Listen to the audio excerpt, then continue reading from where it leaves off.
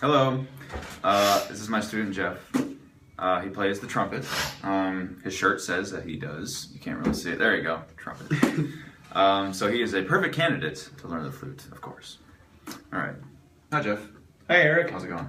Great. I have a flute here. Go ahead and open it up. All right. So now what you see here It's a flute. That's a flute. It's three joints, if you will. I know that it's three pieces, but they're all named after joints. So this one with the embouchure hole is called the head joint. This big one is called the body joint, and then the smaller one is called the foot joint. So it's all named after body parts, pretty easy to remember. Now, as for assembly of the flute, these pieces are put together by twisting, specifically the head joint. So when you are twisting, you want to make sure that you are not holding on to the buttons or the keys, because if you do that, then they're probably going to snap off. Or, I mean, not probably, but there's definitely potential if you are twisting and you have the keys in your hand, they're probably going to snap off. So the first piece that you use when you're assembling it is the foot joint to the body joint. So take out those two pieces, the big one and the smallest one. Now when you're putting them together, you want to make sure that this line right here, see where the keys are connected, you want to make sure that it's, when you attach it to the body joint, the line is going directly down these keys. Just try that out. Yeah, maybe you can put it up to the camera. That's good. Yeah, give it a little check just to make sure it's going right down the middle. Does it look like it? Yeah, that's pretty good. Okay, so the next step is to take the head joint and to put it on this side where all the fancy lettering and text is. And much like the foot joint, yeah, sorry, you can get rid of that. Much like the foot joint, you want to make sure that the embouchure hole is going straight down the middle of the keys. So yeah, that's it. Hold it from the top and give it a little twisting in, while also pushing down. There you go. Make sure it's nice and lined up. Look good? Mm-hmm. Okay, cool. So now, I'm going to teach you about posture. It's very simple. It's a lot like, playing any other instrument. You want your feet to be flat on the floor. Very good. We're sitting on a bench right now, but if we were sitting on a chair, well, I guess it doesn't really matter, but whatever. You would want, to be sitting on the edge of your chair, like, we learned back in 5th grade. Back is nice and tall. When it comes to your chin, you don't want it to be like tall, I guess, because then that might kind of distort the sound that you're going to get out of the flute.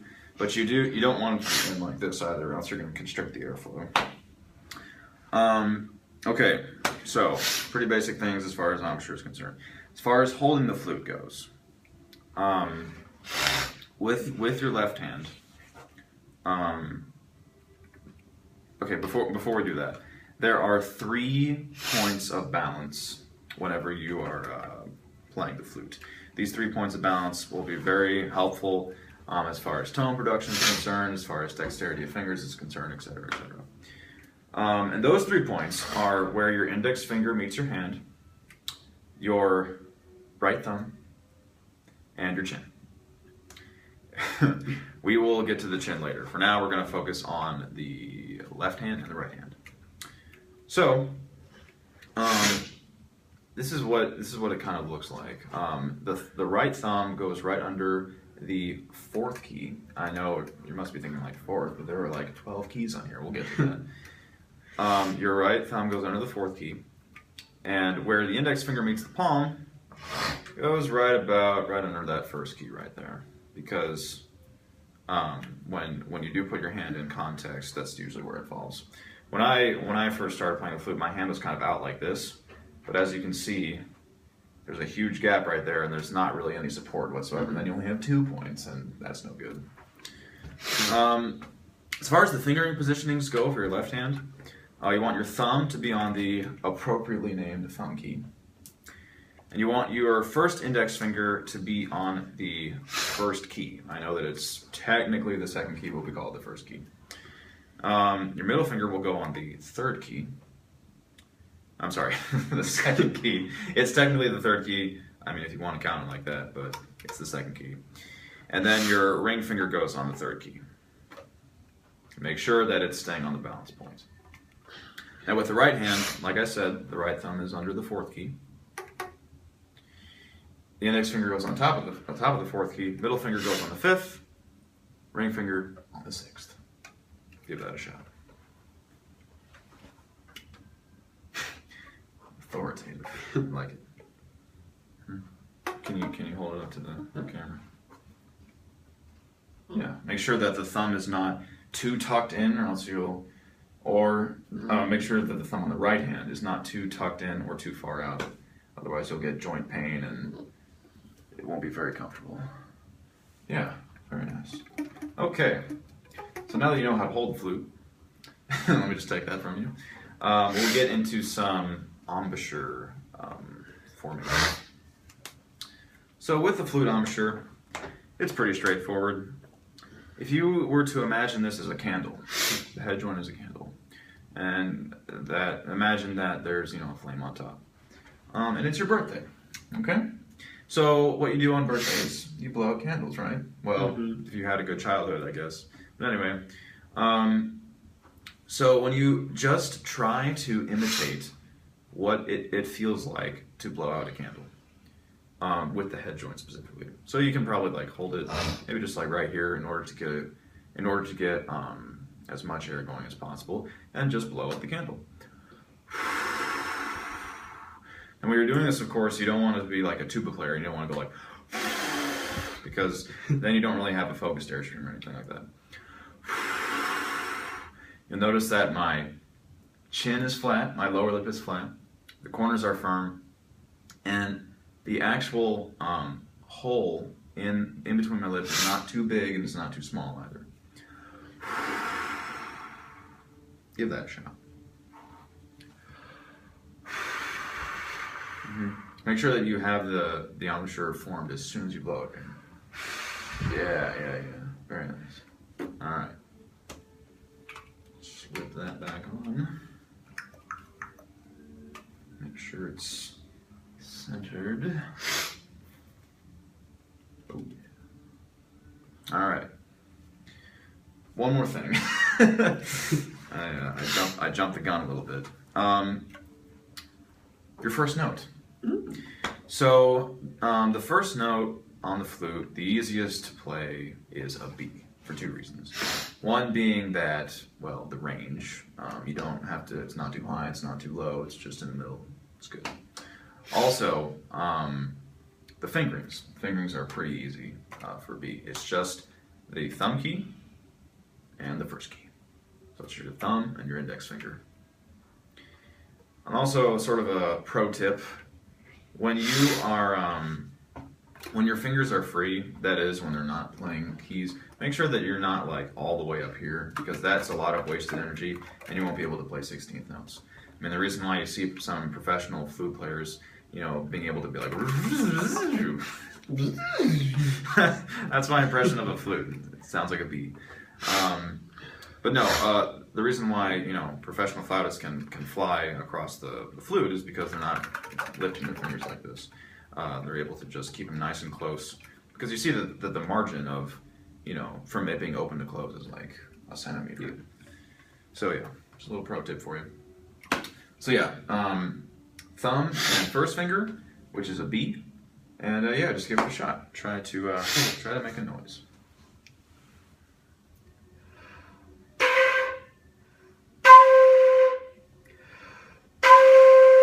Nice. Make sure the lip plate isn't rolled in too far. You don't have to use articulations for the time being. Just really slow. Mm-hmm.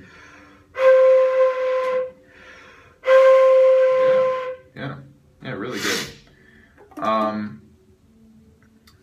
Yeah, I think in order, if you want your tone to be even fuller, like it's a very good sound for a beginner, but if you want your tone to be even more rounded off, I noticed that your embouchure is pretty like, it's kind of horizontal, excuse me.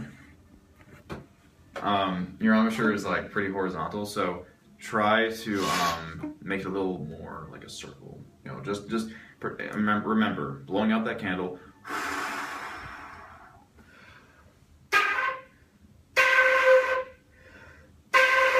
And again, you don't need to articulate for now.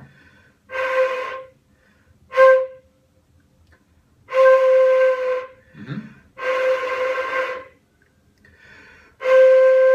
Yeah, there you go. Yeah, very nice. Cool. The last thing I want to cover is articulation, which apparently you've already gotten a jump start on, which is pretty cool. But there are many different kinds of articulation, I mean with any instrument, but especially with the flute. If you're playing, say, staccato, the syllable that we use, at least as beginners, is T. Now for T and any other syllable, when you're using it, you don't want it to be like 90% articulation, 10% air. You know, you don't want it to be like, you want it to be like, and it being staccato, you want to also include that separation. So just try 4 quarter notes, about here. It doesn't have to be too fast, just.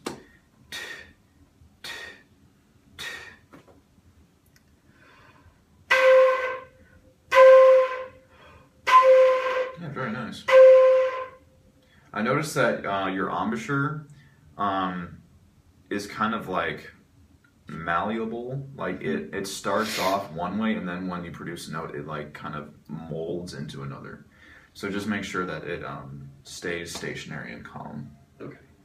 But 4 more if you can. Just release the air. Mm-hmm. And now make them staccato separate. Try to get a little more T in the sound. Yeah, cool. Good. The other one is the sort of do-goo when we're working with slurred, or not slurred, but like this attached notes. So yeah, again, same syllable, do-goo. It sounds like the throat's very open, very relaxed. Give it a shot.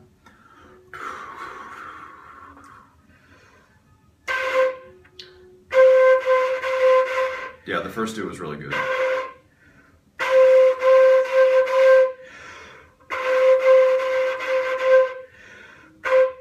Nice, nice. Another articulation is the accent. And this is a bit unusual because it's 2 syllables this time. It's a combination of tu and ha. But again, with this, you want a little bit more tu than ha, like 60-40, because you don't want it to be like, because that's not really accent. You want it to be more like, it has that hard articulation, but it still has that body of sound. Give it a shot. 4 quarter notes.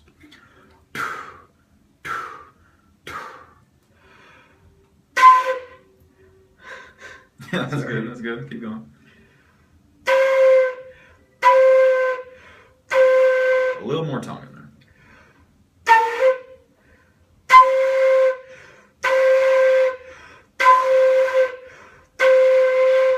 Yeah, that last one was pretty good.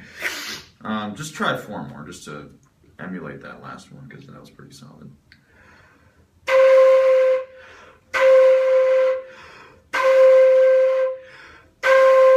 Yeah, the last one again was pretty good. So I would like to think that you're processing and you're reflecting on as you go along, which is good.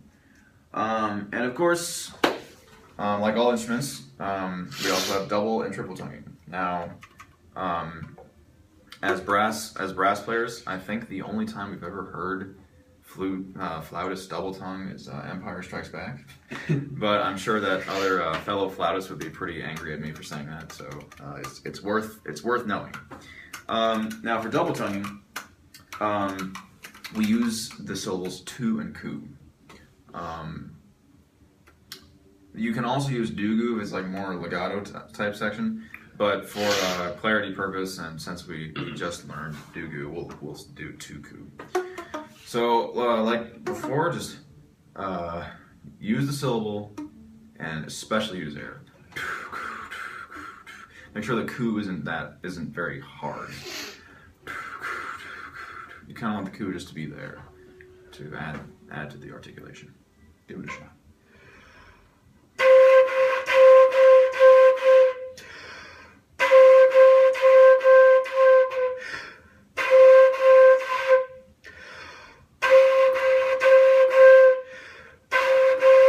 Yeah, that was your best one. Very good. Yeah. I guess we can move right along to triple tonguing. Again, there are many different ways to do it, but just for the sake of the lesson, I'll teach you tu-tu-ku, which is a pretty easy addition to the double tongue. Because in the double tongue you're doing tu-ku, but now with triple tonguing you're just adding a tu. Tu-tu-ku. Again, make sure the ku isn't that hard or harsh. It's just there. Give it a shot.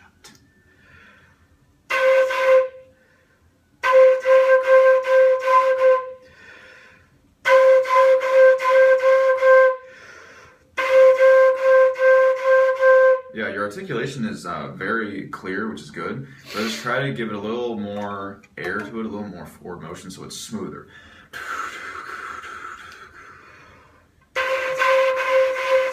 Yeah, but now you're losing the sound.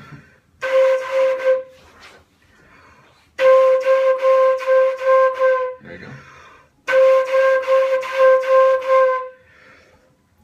Your tongue getting tired? I'm just running out of air. Yeah, I got you. Yeah. The flute takes a lot more air than it seems. Cool. Well, that is the basics of the flute in a 17.5-minute video. But thanks, Jeff. Thank you. You're well on your way. He was really sick. You're well on your way to being an expert flautist.